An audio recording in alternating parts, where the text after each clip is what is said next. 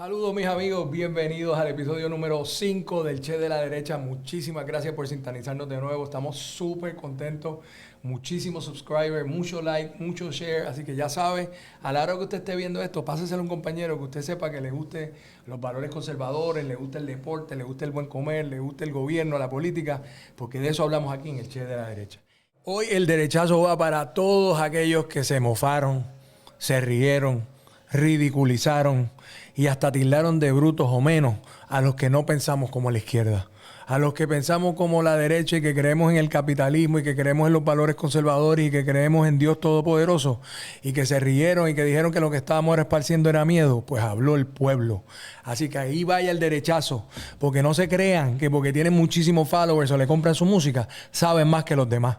El pueblo es el soberano y supo leer, supo identificar los peligros del socialismo y de la izquierda. Así que aquí el derechazo va para ustedes y seguimos más fuerte que nunca aquí en el Che de la Derecha. Señores, se están dando las semifinales del voleibol superior masculino y están de show. Ayer vi el juego de Yauco y los Mets. Los Mets arrasaron con los cafeteros, pero Yauco ha ganado un par de juegos también. En el otro lado, San Sebastián está arrollando. Parece que la final va a ser entre San Sebastián y los Mets. Mi punto, están de show las canchas, empanadillas riquísimas, palitos baratos, buen parking ahí en el Mets Pavilion, las canchas de primer orden, coaches de primer orden, jugadores espectaculares. Y Noel Romero, el cubanazo de Guaynabo, está fuera de control. Juanqui Rivas, Josué Rivera. Está espectacular el deporte. Apoyen el deporte, apoyen el voleibol masculino. Están en las semifinales, por ahí vienen las finales y uno lo pasa espectacular. Así que los invito a que vayan, pongan en los comentarios si quieren ir a los juegos de los Mets y vamos juntos, vamos en corillo para allá para apoyar a los Mets, porque son los Mets aquí en Guaynabo, aquí en Our House apoyamos a los Mets y el deporte en general. Les estoy pidiendo el apoyo para que vayan a los juegos de voleibol superior y apoyemos a nuestra gente y al deporte boricua. Señores, las costillas de Our House y las alitas están espectaculares. Se las recomiendo para este viernes. Pelea Tyson contra Jake Paul y Amanda Serrano contra Katie Taylor. Haga su reservación aquí en Our House. Les recomiendo las costillas y las alitas para empezar. Un buen traguito, o en mi caso una piña colada, un refresco. Pero venga este viernes a Our House para ver la pelea, que va a estar espectacular. Yo creo que gana Amanda y que gana el gallo de dorado Jake Paul. Saludos. Y hoy tenemos un invitado VIP, alguien que yo llamo un referente de vida. Y yo me refiero a un referente de vida cuando hablo de alguien que ha logrado que tú cambies para bien y aprendas en tu vida. Y de eso, un Rafa Rojo, un Alex Rubí, gente que yo tengo en mi vida, que Ferdinand Pérez, pues hoy tengo aquí a un referente de vida que se llama el pastor Otoniel Font. Bienvenido, pastor. Saludos, Che, qué bueno estar aquí contigo. Un placer verdaderamente sacar este ratito aquí en tu podcast. He estado viendo, no lo he visto todo, no he visto, yo sé que has hecho 4 nada más, pero vi 2 de ellos, así que muy interesante. De verdad que sí que te felicito y tremendo trabajo y maravilloso haberte tenido en nuestro podcast allá y en nuestra radio. Muchas gracias, de verdad que sí, por el trabajo que estás haciendo también de... ¿Dónde encuentran el podcast de ustedes y dónde lo pueden ver a ustedes? Bueno, nosotros tenemos diferentes múltiples, ¿verdad?, medios de comunicación. El medio principal que tenemos nosotros de comunicación de nuestra iglesia se llama Pura Palabra Media. Y Pura Palabra, bueno, pues usted la puede buscar así, usted la puede buscar en Facebook, en Instagram, en YouTube, pero donde más fuerte estamos en Pura Palabra específicamente es en el canal de televisión, que es el canal 58, que cubre toda la isla en Puerto Rico, todo el sistema de cable TV. En el aire estamos toda la isla y también nuestras emisoras de radio, que son varias en Puerto Rico, y la principal que tenemos es en el centro de la Florida, 89.1 FM, en el centro sur de la Florida, acá en Puerto Rico, 101.5 FM en el área este, en el área norte, 1560M en el área norte completo, y también tenemos 89.9 en el área sur, 98.1 en el área norte. Así que tenemos varias emisoras de radio que cubren toda la isla. Y bueno, en el personal y mis redes personales, Pastor Otoniel Font, y mi esposa también, Pastora Omaira Font. Ahí nos puede buscar en Twitter, en Facebook, en YouTube, en TikTok, en todos lados. Le damos más cariño a una red que otra de vez en cuando, ¿verdad? Por ejemplo, me gusta mucho más Instagram que cualquier cosa. Ahora estamos tratando de levantar un poquito más el YouTube. No era algo que nos apasionaba mucho por alguna razón, pero ahí estamos. Así que en todas nos puede conseguir. Pastor, yo quería hacerle una pregunta que parece en inglés naif, en español quizás hasta un poco tonta, pero para mí es importante porque aquí se habla mucho del cristianismo y la gente lo usa como un término genérico y yo quisiera para todos los que están allá afuera y los que nos ven, ¿qué para usted significa ser cristiano? Mira, muy interesante que me haga la pregunta correcta como la acabas de hacer. ¿Qué significa para usted? ¿Y por qué te hago esa aclaración? Porque creo que el término cristiano hoy es un término que mucha gente tiene un significado para esa palabra. O sea, que la gente ha categorizado el ser cristiano por lo que ellos consideran que es ser cristiano. Y por eso es que vemos tanta diferencia de definiciones. Quiero comenzar, y no sé si conoces, que el término cristiano era un término derogativo. Cuando se origina el término cristiano, era un término para menospreciar a la gente. No sabía. Era originalmente, en el libro de Hechos, capítulo 11, cuando observamos la iglesia, era como decirle, mira, este es un cristianito, este es uno de los que sigue a Cristo. Este es un cristianito.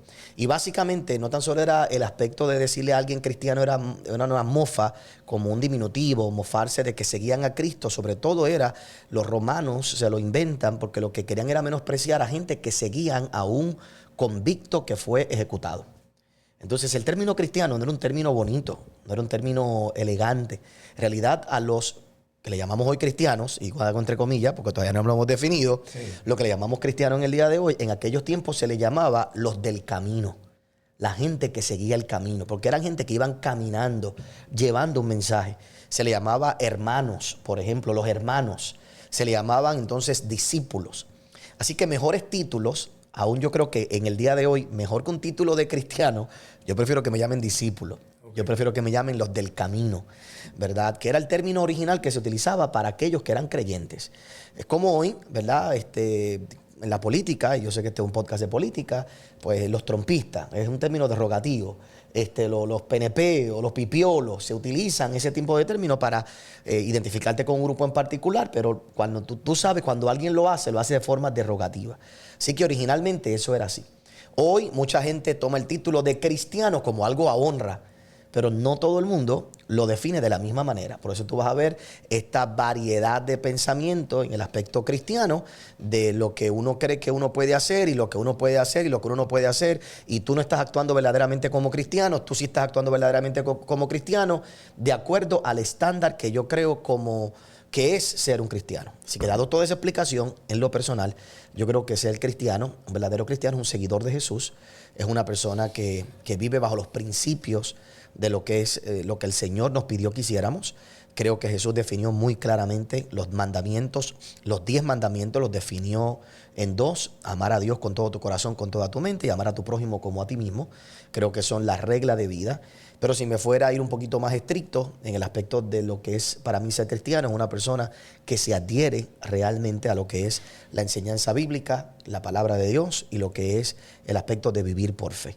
Así que para mí eso es la cristiandad. Yo, entonces, y para atender un asunto que está caliente en estos últimos 2 días, ¿cómo esa definición encaja sobre estos comentarios que hace la pastora Iris Nanet Torres de que ella no va a orar por las personas que no votaron por el proyecto de Dignidad? ¿Qué le parece? Mira, la pastora es una, Iris Nanet, yo la conozco personalmente, ¿verdad? Es una mujer muy apasionada en sus creencias. Su herencia de su padre también de la misma manera. Su padre era un hombre muy apasionado, muy fuerte, un abogado en Puerto Rico muy prominente en un momento, ¿verdad? Y siempre han tenido este tipo de posturas realmente drásticas o dramáticas, radicales, si pudiera decirle así. Realmente estoy en desacuerdo con ella en esa declaración. Yo creo que nosotros como creyentes estamos siendo llamados a orar por todo el mundo. Es más, la Biblia nos ordena a que oremos por nuestros líderes políticos, estemos de acuerdo con ellos o no. El llamado que la Biblia nos hace, que nosotros debemos hacer, es respetar la autoridad, orar por ellos, bendecirles y pedirle que le vaya bien. Yo entiendo quizás un poco la frustración que ella tiene en el día de hoy. Ella claramente pidió el voto por Proyecto Dignidad. Ella claramente pidió que se votara por Javier Jiménez, era el candidato que ella estaba avalando. Por cierto, ella también es de Trump. Ella se puso la gorra de Trump y hizo campaña por Trump aquí en Puerto Rico. Así que es una persona con la que compartimos muchos valores conservadores, pero creo que esa declaración pues definitivamente no es apropiada y que no contribuye realmente en el marco ni espiritual, ni emocional, ni social que nuestra, valga la redundancia, sociedad necesita en este momento. Y valga mi opinión sobre el particular, no la conozco, pero yo pienso, cuando pienso en el cristianismo y pienso en la religión como tal, pienso en la empatía, y particularmente con los que no piensan como uno. porque en algún momento, como usted bien nos explica, a los cristianos que eran los menos, precisamente le pasó lo que ella está fomentando. Así que no concurro, creo que pues tengo que ver más sobre ella, pero no me parecieron atinados esos comentarios. Pastor, yo quería saber por qué cuando, y en esa misma línea de que la gente cuando dice, ese cristiano, también lo tildan como de derecha o conservador. O sea, ¿cómo llega históricamente a atarse el cristianismo, el ser religioso, el adherirse a los principios morales cristianos, a ser de derecha y ser conservador? O sea, ¿cómo llega a eso? Es muy interesante la pregunta también, y en el tiempo que estamos viviendo, yo te tengo que decir que no te tengo una respuesta real, y te explico por qué. En el mismo programa de Pelota Dura, en el panel religioso, tenemos un compañero y tenemos varios compañeros que cuando tú lo oyes hablar, ellos son cristianos, son pastores, pero tienen ideales de izquierda. Entonces es bien interesante cómo uno concilia esa pregunta que tú me estás haciendo. Es una pregunta que yo tengo que tratar de contestarle a la gente múltiples veces, aún dentro de mi iglesia, porque una de las cosas que me cuestiona mucha gente es cómo un pastor, cómo una persona que dice ser cristiana tiene pensamientos, ¿verdad?, liberales, es que hay gente de izquierda. que ha planteado que Jesucristo, de la forma que vivió, era una forma de socialismo, porque él creía en la igualdad. Y déjeme decirle una historia, y a lo mejor usted me puede corregir. Ferdinand Pérez siempre ha sido creyente y seguidor de su iglesia. Y yo cuando empecé, yo trabajé con Ferdinand Pérez en el Capitolio por 2 años. Y yo veía que él iba a esa iglesia y un día en televisión estaba hablando su papá y yo lo dejé. Y a mí me impactó una frase que él dijo. Y usted me corrige si es una frase o yo, porque yo lo he seguido diciendo, porque él dijo, Dios dijo todos iguales, no todos pobres. Y si estoy correcto en la frase, también la igualdad es un planteamiento que Jorge Rodríguez de Lille me ha dicho. Aspirar a que todos somos iguales tampoco es una idea de la libertad económica. Somos iguales como seres humanos, pero cada cual, el que se faja, el que más trabaja, el que más disciplina tiene, también tiene derecho a disfrutar de eso. Así que este planteamiento de mucha gente diciendo, no, porque hasta Jesucristo era socialista, ¿cómo usted responde a ese tipo de planteamiento que hay allá afuera todos los días?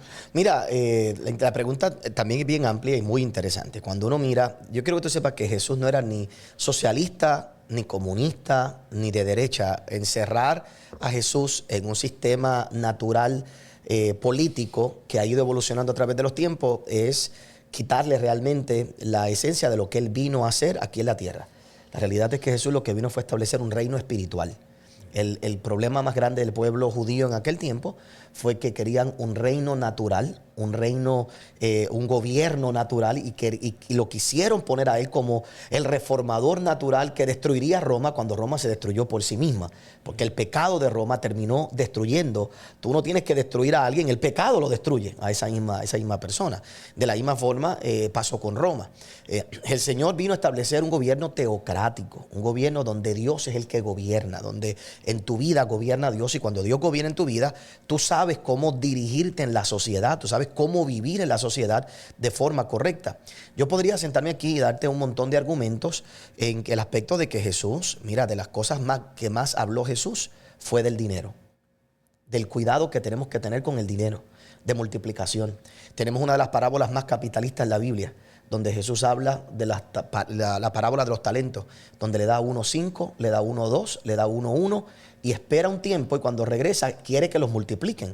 Y el que tenía 1 no lo multiplicó, y entonces ¿sabe lo que hizo el Señor? Lo regañó, se lo quitó y se lo dio al que había multiplicado más. Entonces es bien interesante porque ¿Cuál versículo? ¿Dónde está? Están varias parábolas, se llama las parábolas de los talentos, te envío el verso exacto. Por favor. Entonces es muy interesante porque cuando tú miras, si miras a Jesús en un momento dado, Él declara, a los pobres siempre los vas a tener. Así que tú vas a tener un momento, el Señor dice, mira, esto es algo que no se erradica. Por supuesto, Jesús tuvo empatía, Jesús tuvo cuidado con la gente, Él hizo un balance en la forma de vida, en cómo se tenía que cuidar a la sociedad. Y eso es algo bien interesante. Aún dentro de la comunidad judía, si algo sabía la comunidad judía, que era de donde el Señor Jesús, ¿verdad?, aprendió en su esencia, era el cuidado al extranjero, el cuidado a las personas necesitadas.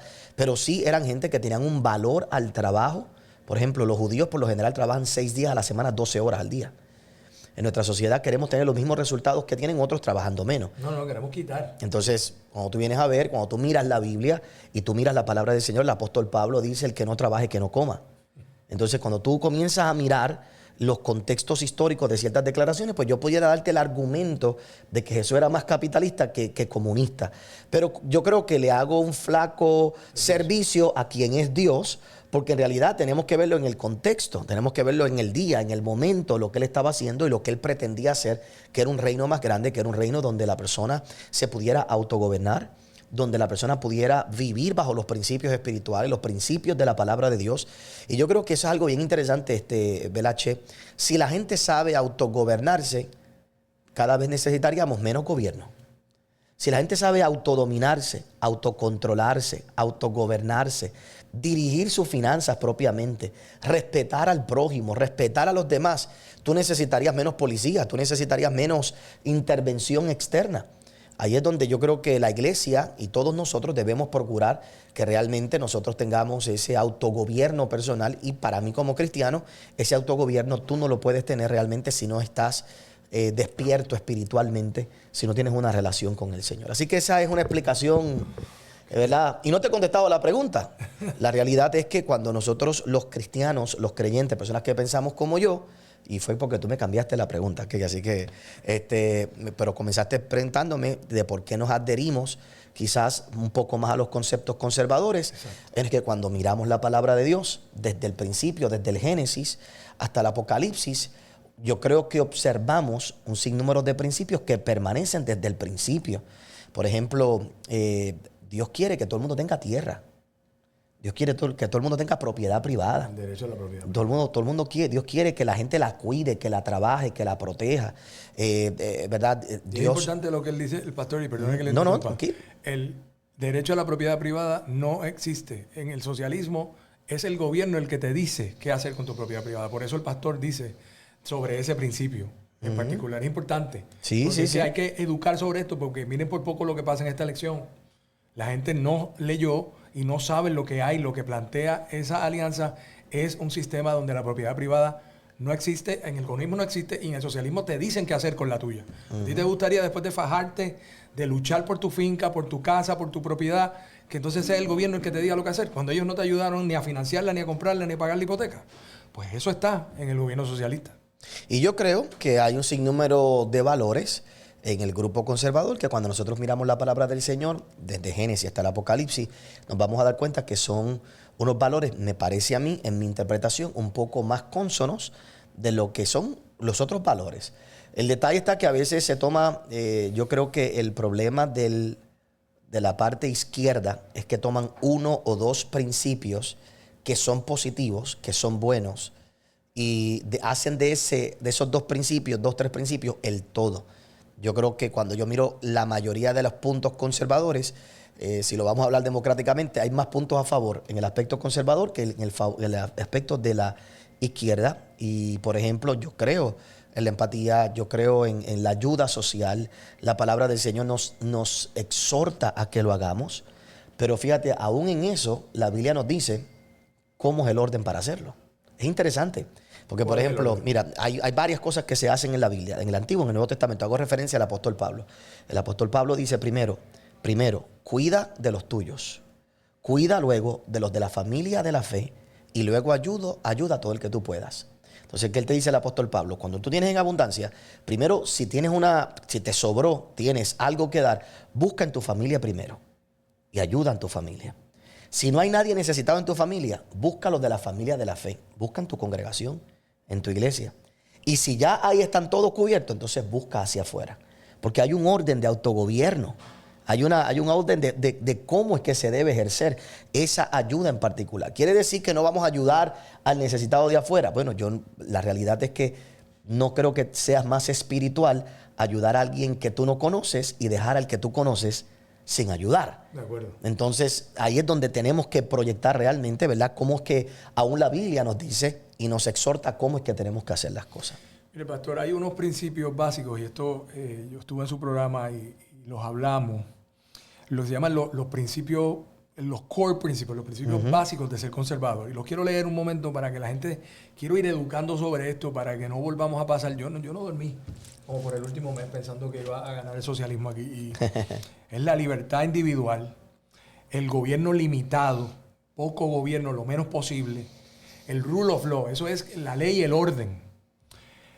la paz a través de la fuerza, o sea, el gobierno de los Estados Unidos y su milicia para protegernos de cualquier interés foráneo que quiera invadirnos o hacerle daño.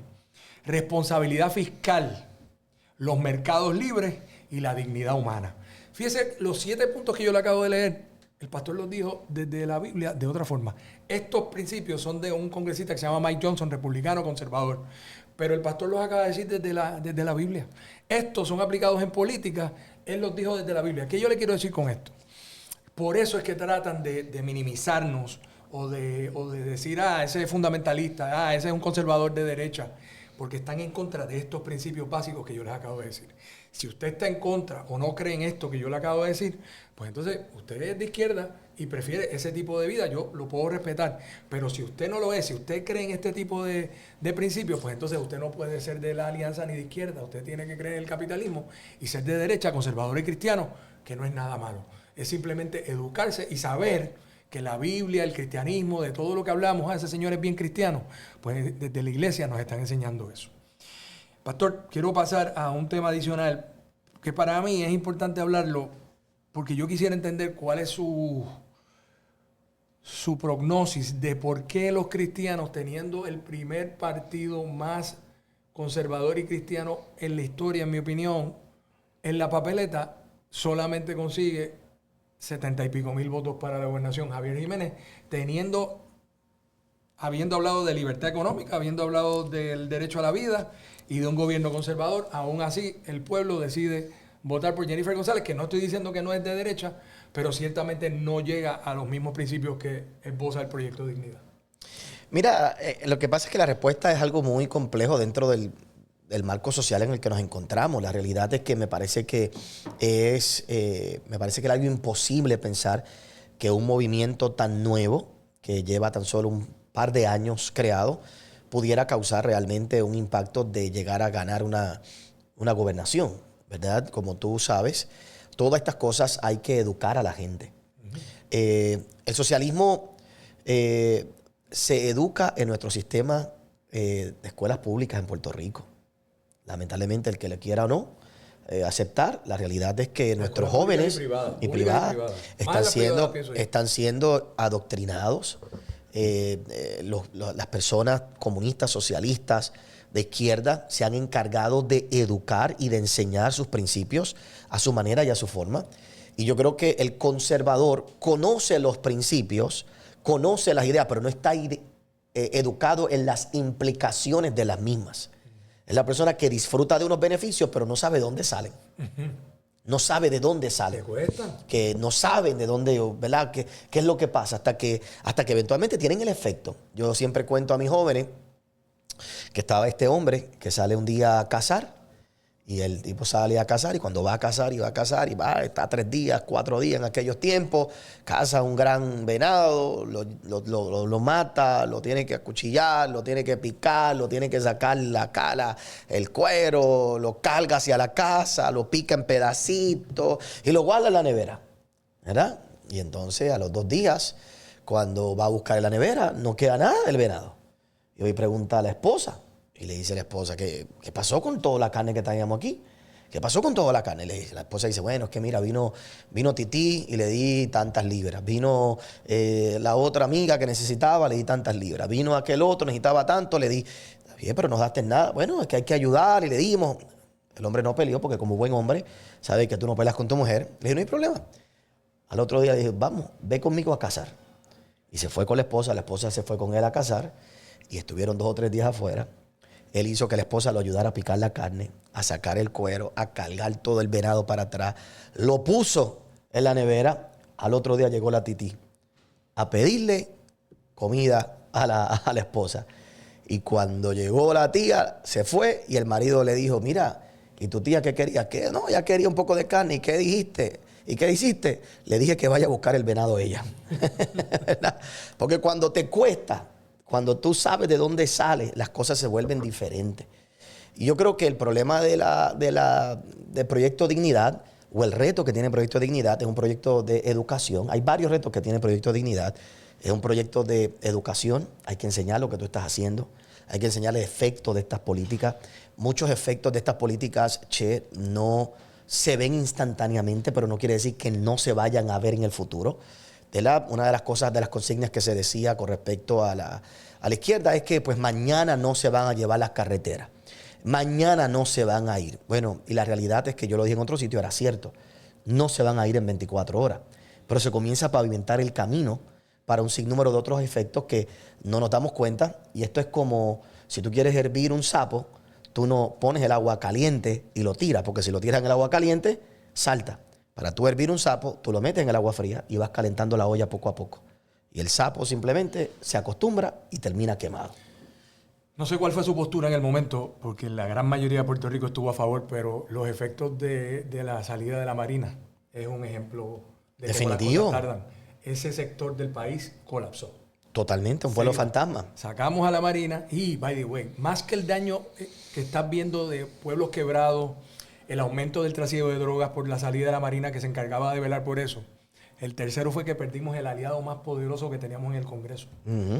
Cada issue de Puerto Rico que nosotros íbamos a cabildear allá, nosotros podíamos tocar la puerta de nuestro aliado, la defensa, la industria, no tan solo la defensa como tal, el Navy, el Army, sino todos los que viven y los contratistas de la defensa, que son los más poderosos.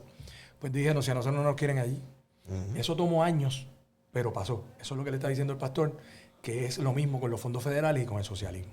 Y es bien interesante ya que tú dices eso, porque aunque la gente piensa que Estados Unidos no se puede ir de hoy para hoy. El día que Estados Unidos dijo cierro, cerraron y se acabó. Dejaron hasta los bolos de los boliches ahí. ¿Sabes? No, ahí la gente piensa, no, Estados Unidos no va a dejar a Puerto Rico. Dejaron Afganistán de un día para otro. Dejaron en Irak los tanques para que ellos jueguen allí. Dejaron la Roosevelt Road. Cuando yo te pongo a sacar la historia de todo Estados Unidos, el día que Estados Unidos dice, hoy me voy, me fui. Y eso de que la ONU va a venir a ayudar, eso no, ¿sabes? No seamos naif, no seamos tontos dentro de todo el asunto. Y yo no creo, ¿verdad? Yo soy una persona que piensa que Puerto Rico, definitivamente los puertorriqueños tenemos capacidades para levantarnos por encima de Estados Unidos. Nos va a tomar tiempo. Y nos tomaría mucho tiempo. Pero Puerto Rico tiene que ser educado, Puerto Rico tiene que ser levantado, Puerto Rico tiene que cambiar su manera de pensar, tenemos que cambiar nuestra manera de ver la vida y yo creo que lo que le pasó al Proyecto de Dignidad, volviendo a tu pregunta, es que yo creo que va a tomar mucho más tiempo que ese pensamiento se arraigue. Creo que el Proyecto de Dignidad tuvo que pelear contra una maquinaria muy grande, el miedo definitivamente y la advertencia, porque la gente le llama el miedo. Y sí fue una campaña de miedo, pero yo creo que más que nada es una advertencia, porque miedo es meterte miedo con algo que no necesariamente vaya a pasar. Yo creo que advertirte es dejarte saber, sí, esto puede pasar y esto es lo que hay en este momento. Esa campaña del miedo solo lo dicen los que le duele y los que saben que es verdad. Y todos los que decían eso es porque es la única forma de contestar las realidades del socialismo y de la izquierda. Así que los que lo quieran llamar miedo, yo lo tomo a una forma de un piropo. Porque lo que hicimos fue advertirle a Puerto Rico que en la alianza estaba el socialismo. Quiero tocar Estados Unidos para terminar, Pastor. Nadie esperaba una victoria tan holgada de Trump. Había gente que decía, ¿verdad? Todo el mundo decía que estaba bien cerrado. Eso no fue lo que ocurrió. Ganó en todos los estados, los 7 estados que aquí hablamos de que eran los importantes. Ganó los 7 estados, péndulo. Y además de eso, aumentó sus ventajas en los estados que siempre gana y en los estados que pierde. Por ejemplo, Massachusetts, que se pierde 70-30, fue 60-40. Nueva York, que se perdía 65-35, se perdió 60-40. Aumenta sus votos hasta los lugares tradicionalmente demócratas. Y otra cosa importante, que es lo que quiero que usted nos comente. En el voto puertorriqueño en Osceola, Trump gana. Los boricuas, luego del comentario de Ir la Basura, gana. En Pensilvania, gana. En el voto hispano se pegó 55-45. Y casi todas las minorías fueron achicándose las ventajas del Partido Demócrata y Trump y el Partido Republicano creciendo. ¿Qué le parecieron a ustedes los resultados de Estados Unidos? Mira, yo creo que fueron resultados contundentes. Nadie se lo esperaba. Personalmente, yo mismo no esperaba que fuera tan holgada la victoria. Yo creo que todos estuvimos at the edge, ¿verdad?, del asiento con esos estados en particular. Yo te puedo hablar de Osceola County, porque nuestra emisora de radio está allí. Yo fui pastor allí en el centro de la Florida por 11 años. Tenemos una iglesia allí por casi 30 años en el centro de la Florida, varias iglesias. Yo te voy a decir la diferencia de lo que ha ocurrido allá en este lugar en particular. No te puedo hablar de Pensilvania, ¿verdad? En el aspecto de los hispanos, pero por lo menos en el centro de la Florida, el Partido Republicano ha hecho una gran labor en educar a los latinos. En ese corredor lo que se llama el corredor de la I-4, ese corredor de la I-4, la presencia de gente como Marco Rubio, Rick Scott, la presencia del mismo Donald Trump en varias ocasiones, ¿verdad? Emisarios de diferentes niveles en el aspecto republicano se han encargado de ir a las iglesias, de ir a la comunidad, de compartir con la gente, de explicar los principios republicanos, de explicar el beneficio para el latino como tal, explicarlo, compartirlo. Y ha sido un trabajo que se ha hecho a través de diferentes organizaciones. Organizaciones como, por ejemplo, no sé si la conoce, Faith and Freedom Coalition. Es una organización sumamente gigantesca y grande de gente muy conservadora cristiana que tienen un poder muy fuerte en Estados Unidos. ¿Es solamente en Florida o es a nivel de Estados Unidos? Es a nivel nacional, pero sí han invertido tiempo. Han invertido tiempo dentro del centro de la Florida. Pues yo te puedo decir que el latino en el centro de la Florida en general, el puertorriqueño, está educado. Conoce el principio, conoce el valor, y yo creo que el que votó republicano o demócrata, a diferencia de en otros lugares, no votó ignorantemente. ¿Sabe? El que es demócrata votó porque es demócrata, porque cree en esos principios. El que votó republicano porque entiende los principios y lo que eso representa. Y eso fue, yo creo, que la gran diferencia que se hizo en el centro de la Florida. Yo tengo que decir que el énfasis de moverse a la izquierda extrema en lo social y en lo económico del Partido Demócrata, el latino ya lo entendió y también ha visto ya por varias elecciones que esas promesas y esos cánticos de sirena no le afectan y no les benefician y hasta le afectan su bolsillo y no se identifican con sus valores.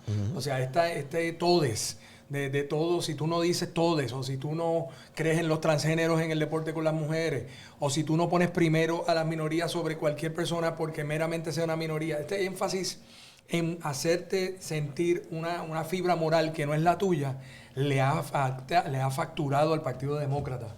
Y los latinos en particular se han dejado de identificar con ellos y han empezado a votar republicanos. Y en Puerto Rico, sin embargo, Kamala Harris gana 70-30. ¿Cómo pasa eso? ¿Qué ocurre aquí que la gente decide no votar por Trump? Yo tengo mi opinión, quisiera escuchar la suya para cerrar. Yo creo que el cargue aquí en contra de Trump tan grande por la pelea que tuvo con Carmen Yulín Cruz y con Ricky Rosselló y toda esta narrativa de que Trump nos trancó los fondos federales, cuando por el contrario es la asignación más grande de fondos federales que había en Puerto Rico, la firmó él. Lo que sí fue que puso muchas trabas para que se usen bien. Pero esa narrativa de que ser trumpista es ser misógeno, es ser antipuertorriqueño, es ser hasta bruto, ha llegado a calado. Porque yo conozco hasta republicanos y estadistas que votaron por Kamala Harris, por el mero hecho de que lo consideran antimujer, misógeno y todas las calamidades que dicen de él, y creo que eso caló en Puerto Rico. Mira, de acuerdo contigo, número uno. Yo creo que también en esta ocasión tuvimos el efecto que hubo en la primera campaña de Trump, la vimos ahora el efecto acá, me explico.